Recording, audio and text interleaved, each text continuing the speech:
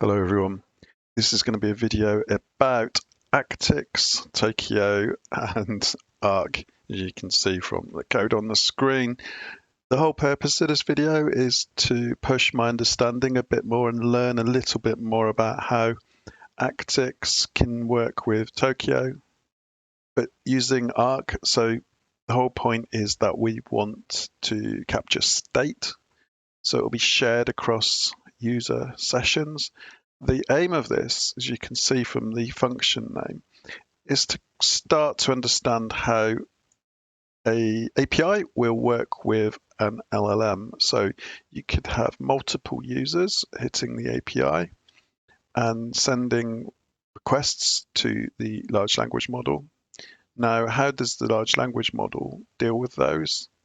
How does it go off and do its task and then reply to the API, which then obviously responds to the user's request?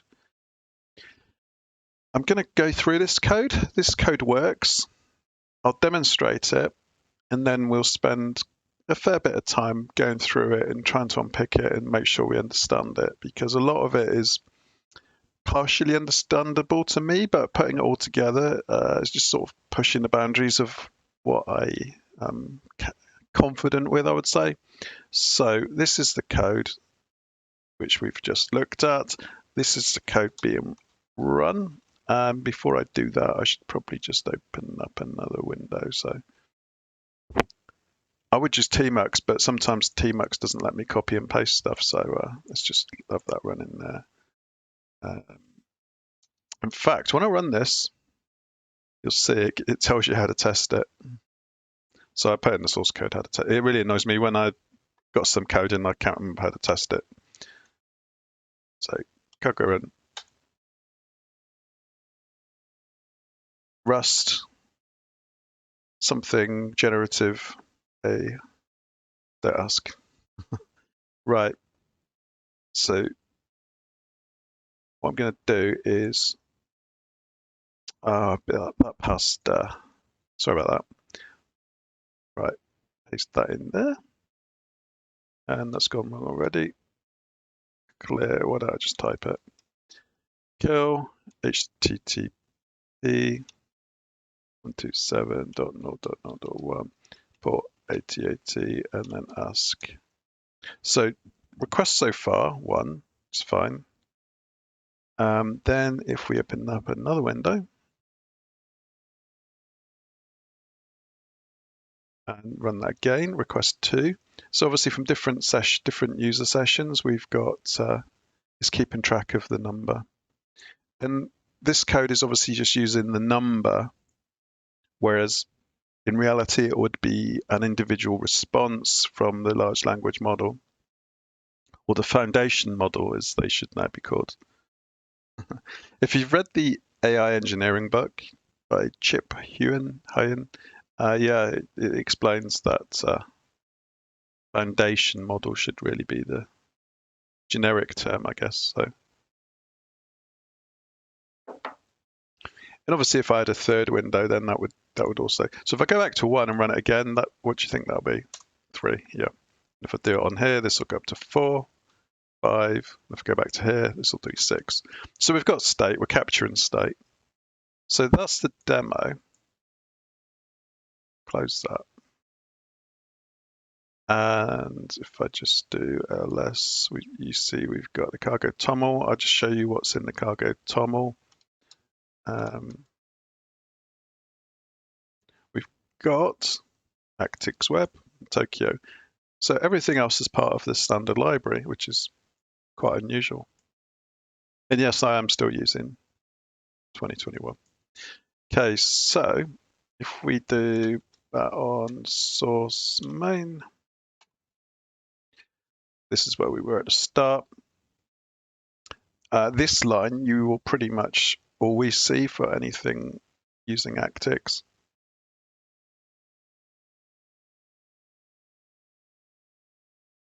Tokio. So if you've done any tutorials on mpsc, multi-producer, single consumer, you may have used the standard library version, which is stud : sync double curl on mpsc. Here, because we are running this asynchronously, you'll find that the names which you get from the stud sync library are pretty much mirrored by the Tokio library. So rather than stud sync mpc, they just changed to Tokio. Okay, so because we're using Tokio, that allows us to do async. Whenever we use async, then we need to start remembering to use await. The logic here is that we have an API which takes a request. It asks the large language model, but these things are non-deterministic, or rather, you don't know how long they're going to take, and you don't know in which order they are going to come back. The whole point is that this is a server, so it's got multiple clients taking multiple requests and returning multiple responses. So this struct here, queue sender, response receiver, request count. Let's just look. I asked ChatGPT to make me an ASCII diagram just to show you. And it's up here somewhere. Bear with me. There we go. Which is not actually that great, is it? But there we go. So the Actix-web server, HTTP server. Now, I know if you want to do streaming, for instance, then you would probably want to be looking at WebSockets, gRPC, etc., etc. So this is, I've deliberately kept this basic so that I can understand it, and we can discuss it a bit more simply. So the request comes in and it's /ask, which is what you saw in the curl request. So it takes the request, then it sends the request, the queue sender, sends the request to the LLM task, which is running in the background in a separate process. So there's two processes here. You've got the web server, you've got the LLM. That then returns a response, the response receiver. So the Actix-web sender sends requests to the queue sender channel, to the LLM processing task, background process. The LLM processing task processes the request and sends a response back via the response receiver channel to the Actix-web server. Just make that a bit bigger. So when a web server makes requests to an AI model or any other service, there are several important considerations, best practice to ensure smooth operation, scalability, maintainability. So it's asynchronous because the AI model or any time-consuming external service can take significant time depending on the complexity of the request and the model itself. By handling the requests asynchronously, you ensure that the web server remains responsive even when waiting for a response from the model. In Rust, the use of Tokio and Actix-web ensures that the web server can handle multiple requests concurrently without blocking the AI processing. That's important. You don't want anything to be blocking, because effectively then you just end up being able to do one thing at one time. That's no good if you've got 500 users out there all hitting your server. So decoupling the web server and AI processing. So effectively, it's like you've got two lots of queues.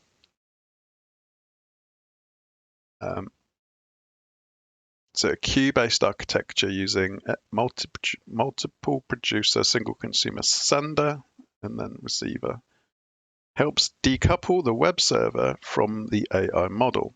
The server sends the request to a background task, AI processing, allowing the server to continue handling other requests while waiting for the result. Let's go back and look at the code. So we know we've got a queue sender and response receiver.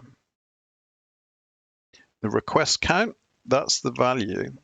So that's because this is a toy example, I'm just incrementing the request count. But that request count, because it's wrapped in a mutex, is modifiable, and arc means it can be shared across threads.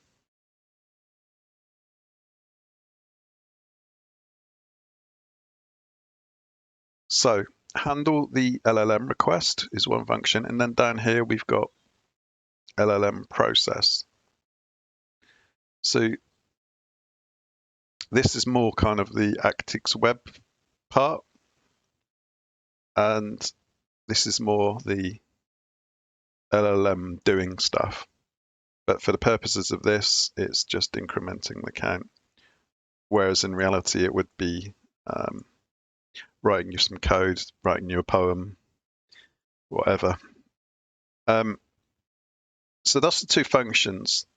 And then we've got the async, the Actix-web main. So ordinarily, you might see Tokio :main, but because we use an Actix, it's Actix-web, and thus that gives us the asynchronous part. If you weren't using Actix, you would just put in Tokio to keep it, because you've got the async there. And we're returning a std.io result, which is right down here. If program ever ends, but it doesn't because it just loops because the server is just running, run, await, run, await, run, away. So there you can see the two channels. So why did we have the two channels? We have the two channels because you have the you have channels between the you got the queue and you got the response channel. So the queue, if we remember,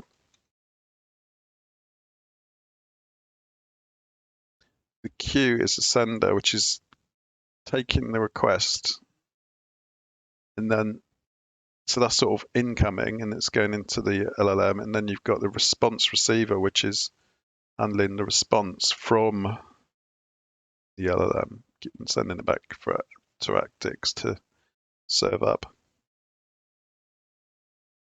So this is more complex than I'm used to working on, I would say, partly because of the combination of, I think if you've done a lot of tutorials, you'll either have done a chapter on mpsc or you'll have done a chapter on Async, Tokio, and you may have done a chapter on Arc and Mutex.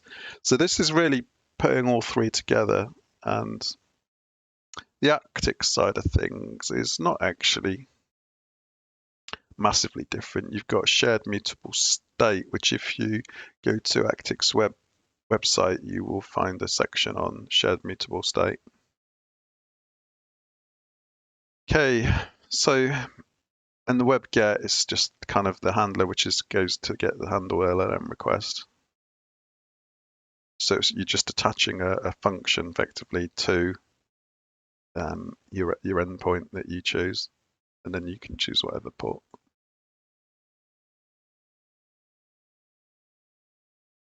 So that's the code. Let's start unpicking it and really trying to understand it. So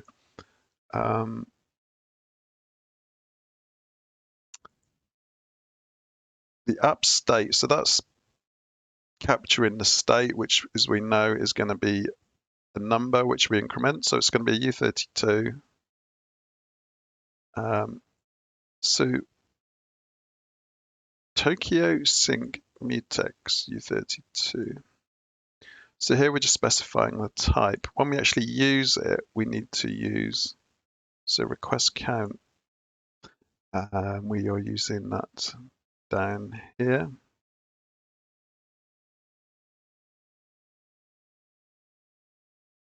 And where else? Yeah, so when we create the app state, which is actually in main,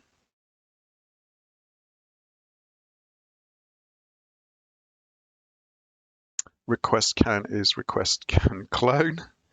So in request count that gets used in the app, we actually create it here in main. And that's where we set the value.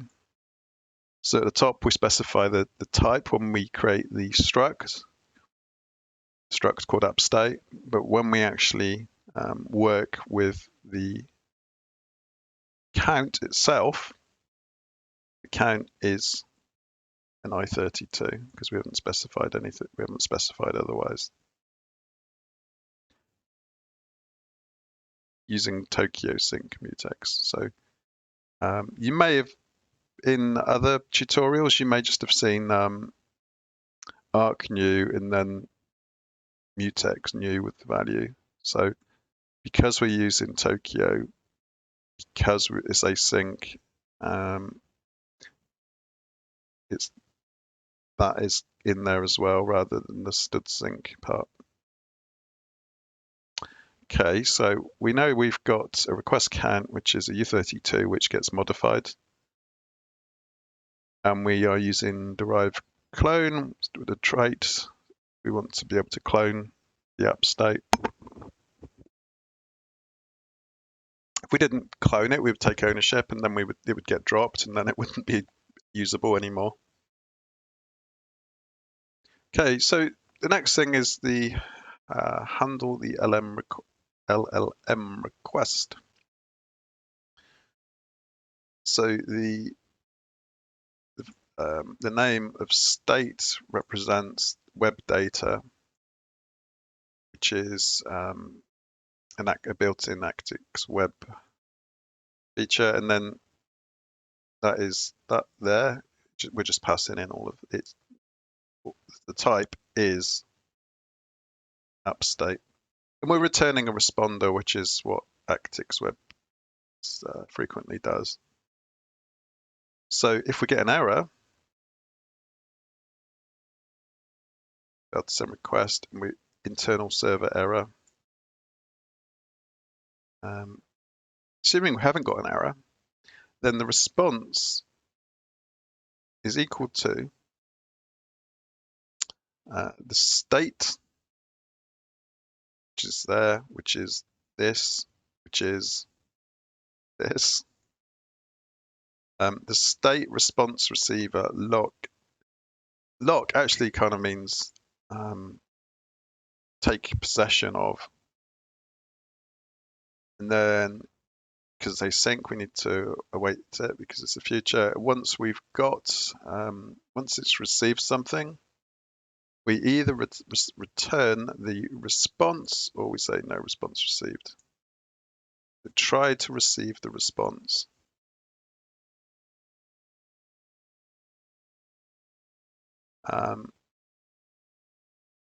Optional, read the current request count to show it's being used, and then the trimmed response. So we just trim the response.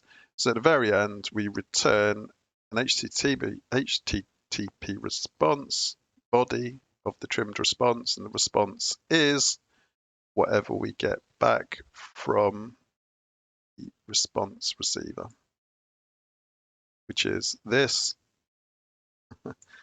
and receiver string, and that string is whatever we get back from the LLM.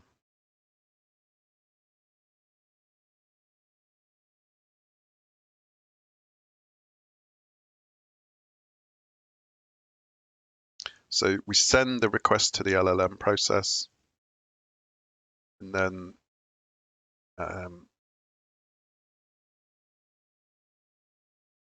so that's using send. Then down here we use receive. So that's sending it down the channel, and that's receiving it back.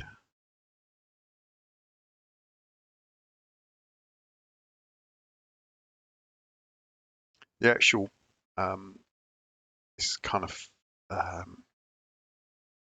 fake LLM process. This is actually what is So it's taking the queue receiver, the response sender. So we've got the queue receiver and the response sender. Let's go back to the diagram.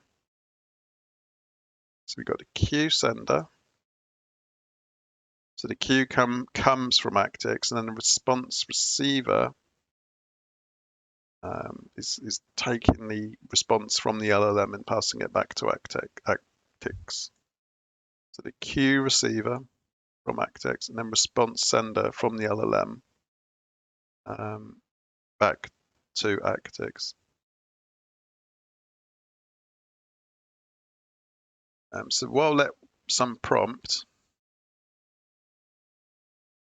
that's got the underscore up there, it's kind of not used anywhere. So queue receiver, so we keep receiving, queue keeps receiving, let mute count equals request count. So the request count we take temporarily take exclusive ownership and ability to modify because it's arc and mutex, so that's mutually exclusive. Or sorry, so it's mutually exclusive, mutually executable. Forget. Anyway, if we get an error, then it handles the error, but otherwise the response. So you see here, there's no actual, this function is not actually returning anything because it's mutating in place. That's why we've got the mute count here. You let mute count. We're modifying the count because we're dereferencing it. Count equals count plus 1. So if you've done Actix tutorials but not Tokio, or if you've done Tokio tutorials but not mpsc, all these three put together, quite a powerful combination, but I've not seen in many tutorials that show these three being used together. So let's go down to main again and just review what's happening. So that's just the banner. That's the tip about how to test it. So again, we've got the two channels. So the queue is here. And then you've got response receiver, LLM processing task. So that's the background task. And effectively, that's the one that's working with the Actix side of things. So although we've done up here, we've done our struct, we've done one function there. So we've done a struct, two functions, and then in main, we actually create the channels so that we can actually use them. And then QTX, QRX, and this is where we actually use QTX within the app state.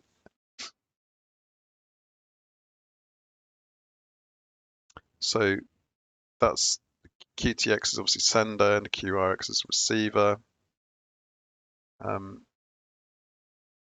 So the Q sender is sending from Actix to the LLM, and then the response receiver is Actix receiving the response back. Actix receiving the response back from the LLM. And then request count is actually the value that we want to actually display. So that's me trying to explain out loud what I think I've done. Claude's, I'm out of messages with Claude. That's even with 3.5. Anyway, Let's ask it to.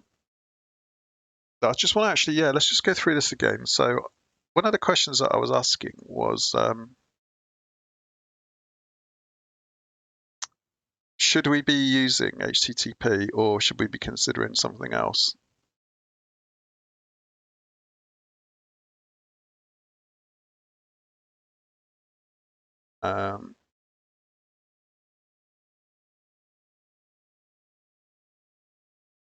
Example use case. So I basically asked it if this was a good use for AI and web server.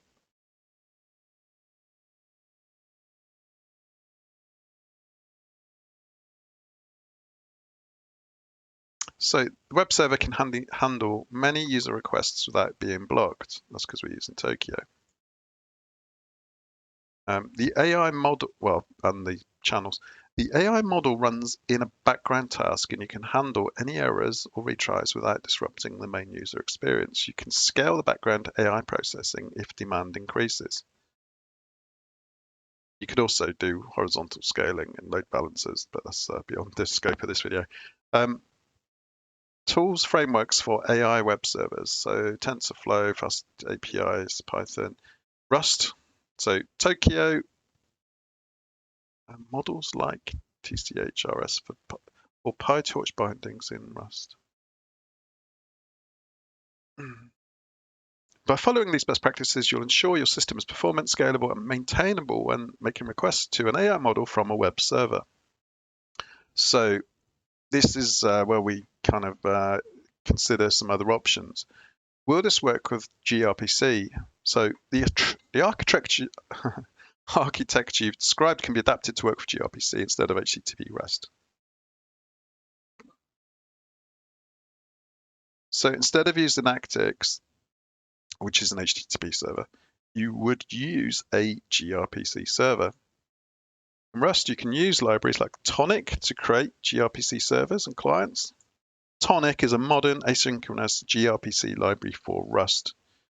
If you've not looked at gRPC before, it's quite different. So the queue and response channels would still be used for decoupling the gRPC server from the AI model processing task. So decoupling is the key here. gRPC is a request response protocol. So the communication from the server to the background process remains similar, but the communication will happen through the gRPC interface instead of HTTP. The major difference between the gRPC is binary based, while HTTP is typically text based. So I'm not going to go into that right now, but I may do in a future video once I've learned a bit more about it. I really don't know too much about it other than it's more performant, and Tonic is yeah, that's just something else to learn. So, but you can see it's quite Tokio, Tonic transport server request response status.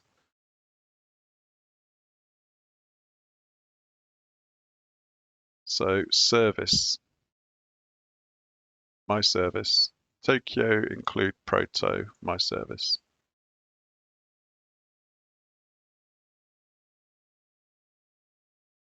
Build the gRPC server, queue sender, response receiver, start the LLM in the background.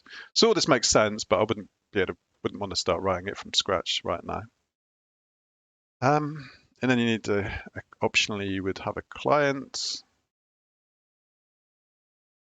So let's just consider the key points of gRPC, protocol buffers. So gRPC uses protocol buffers. This allows more efficient bidirectional streaming. Might be useful to send responses of chunks of streams. gRPC is generally faster than HTTP-based communication because it uses binary encoding, making it more suitable for low latency communication. Provides structured error handling via status code, which is more standardized than HTTP status codes. Okay. gRPC over HTTP2. Yep.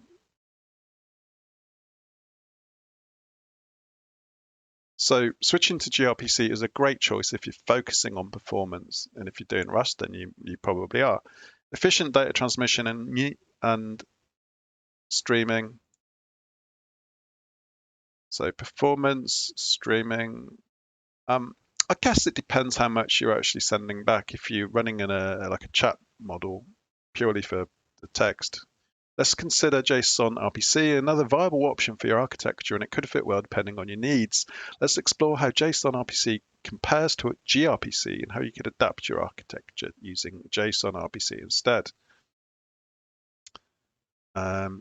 So JSON RPC operates over HTTP WebSocket or other protocols, making it flexible and compatible with web environments.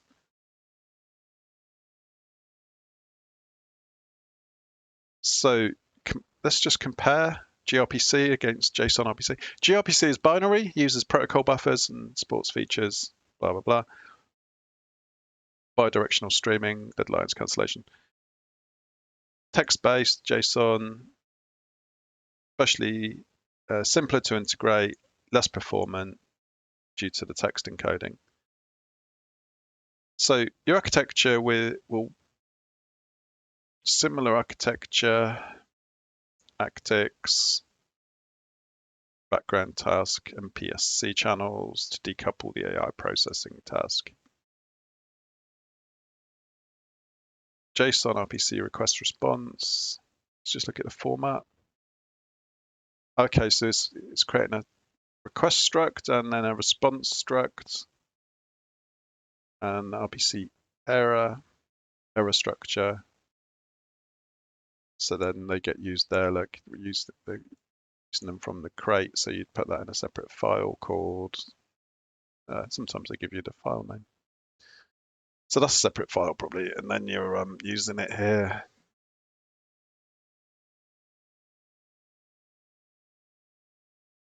So the request is the web JSON. So you're using web instead of web data, you're using web JSON there. Look.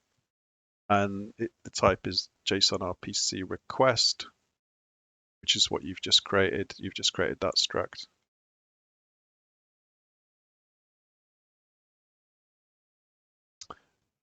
As the so I don't know if I can't remember if I did the video on that or not, but as stir means that you take in the value, which could be a JSON value. You're basically saying that it's a stir. If you didn't do that, it could just still be a value, which is a bit vague. I understand it. If anyone can comment on using as stir, I know it's frequently used with JSON because you're actually you're telling it to actually use a particular type rather than just value, as I say, which value is a bit vague. I think that's right, and if anyone can comment. So receive the response from the processing task, send back the response, and then QRX. So we still got our two mpsc channels. One's kind of the Actix side, and the other one's the channel back from the LLM. Spawn background AI processing task. Tokio spawn LLM process. So we didn't spawn a process in our code. Let's go back.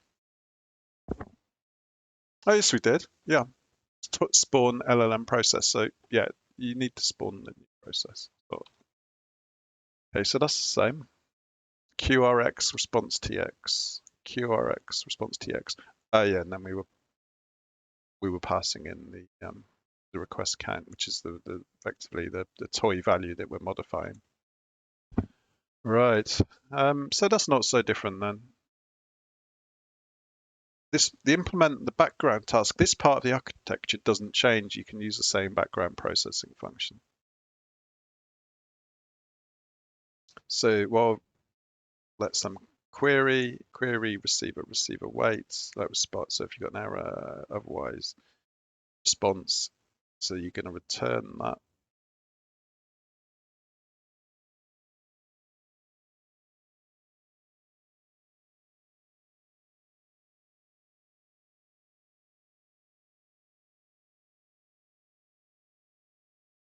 No, it's not returning anything. So what is it doing? Queue receiver, receiver wait, response.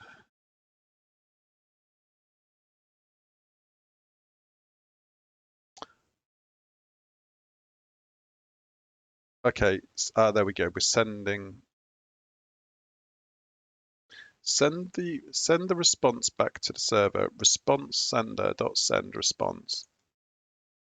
Then if there's an error, it prints failed to respond. So you've got a while let, and then you got an if let there. Very nice.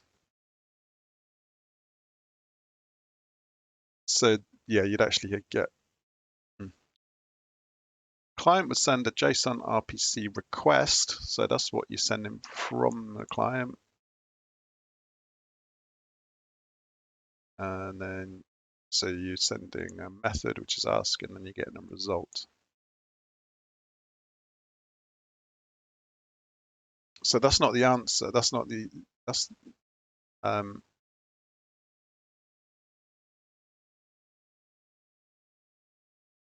so that's the query.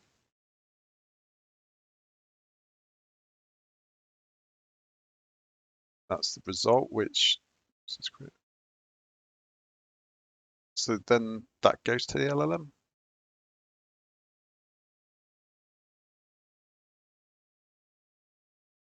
So let's just I'm not sure about that. The response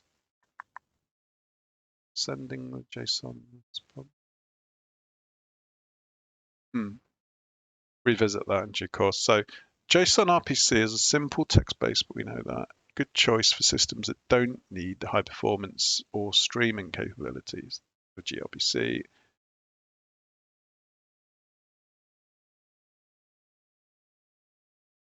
In summary, JSON RPC is a good option if you're looking for simplicity and compatibility, especially for web-based services or scenarios where text-based can be.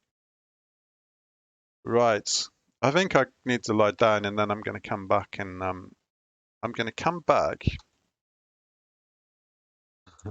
If you're interested, by the way, that I did this, this is just viewing in BAT, which is a better version of CAT. I'm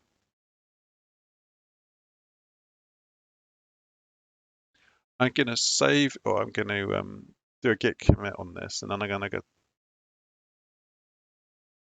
actually try to rough out the functions and struct and the structure of this from memory. And that's the thing, recall. So as I've mentioned before, I think passive and active learning. If you do passive learning, which is like we're doing now, I mean, I'm just reading stuff and you're just watching, so that's passive. Active is where you actually do the challenging part, which your brain, because your brain actually is one of the biggest consumers of calories as per evolution, and we've evolved to try to preserve calories because not so long ago we didn't know where our calories were coming from. Now we know they're coming from a supermarket, but previously we didn't want to exert too much effort physically or mentally, and because your brain uses lots of calories, you didn't want to think too much. So it's a constant battle trying to think. And what you need to do is just override that and force yourself to think and until your brain hurts, and keep doing stuff until you chip away at things. And if you want some advice, I would say do a tutorial chapter on Arc, Mutex. Do a tutorial chapter on stud sync mpsc, not Tokio, stud standard library mpsc. Do a tutorial on Actix, and then come back, and then you can attempt to do all three together. So that's my phone ringing, which I'm going to ignore. Suspected spam. And I'm going to leave that here, partly because I'm still learning it. But I think this is probably a good, it's a good thing to consider with regard to actually how to build with LLMs and host your own application. You could do it with Python, Fast API if you want, but I think if you're familiar with this channel, you'll know the reasons why it's better to do it with Rust, so I'm not going to labour that point. But struct, two functions, two channels, and then start a new, spawn a new process, do the Actix bit, pass in the requirements for the app state struct into the web data. So that's what gets, those are the values that get worked with, and then you handle the question and hopefully the user gets something back. So if you remember what we did here,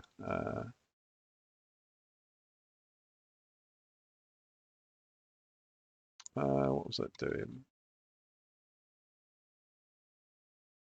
And then,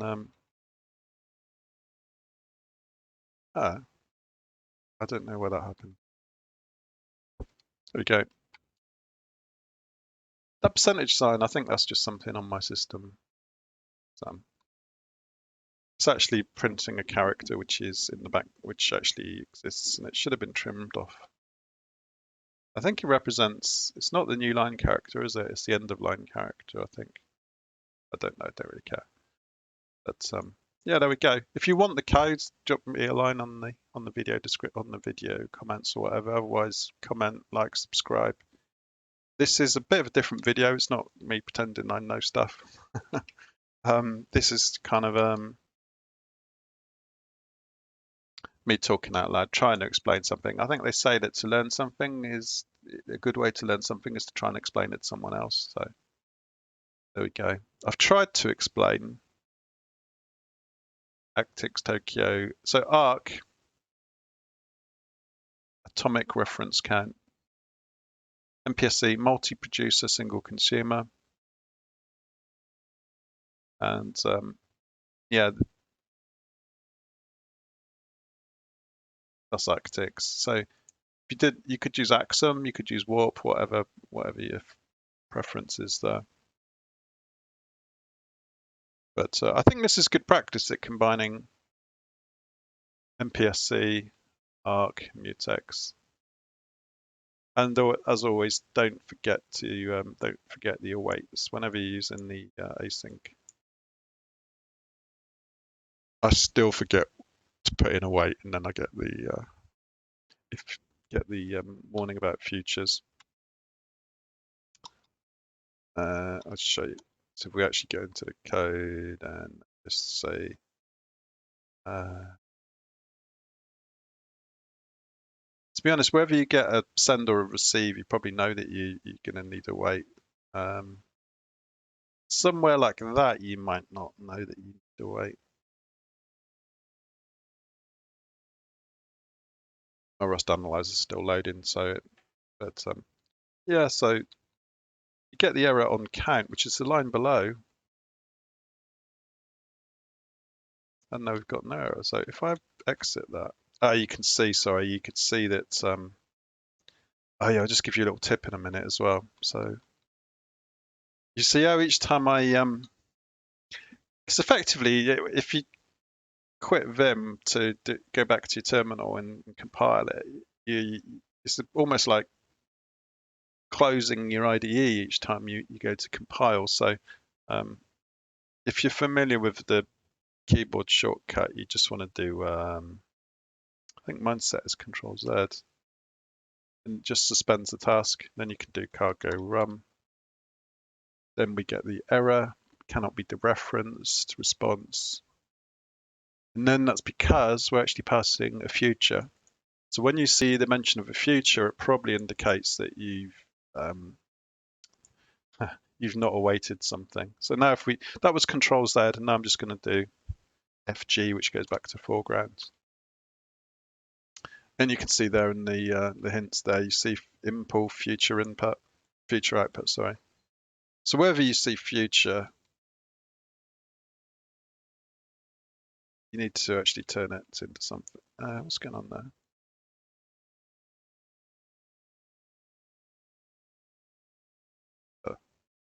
So now if we do Control Z, cargo R, and it compiles. So yeah, just I apologize if some of this is too obvious or even too difficult, but yeah, hopefully I'm hitting the kind of the middle ground. There's a lot of videos for beginners. And obviously you've got the really advanced stuff, or what I would say is really advanced stuff, John Jensen and so on, but just slightly past beginner or kind of like towards intermediate stage, I'm hopefully just putting something useful into that gap. So thanks for watching. I know it's been a long video, but hopefully you got something from it. And if nothing else, you've learned about using Actix with Arc and mpsc channels.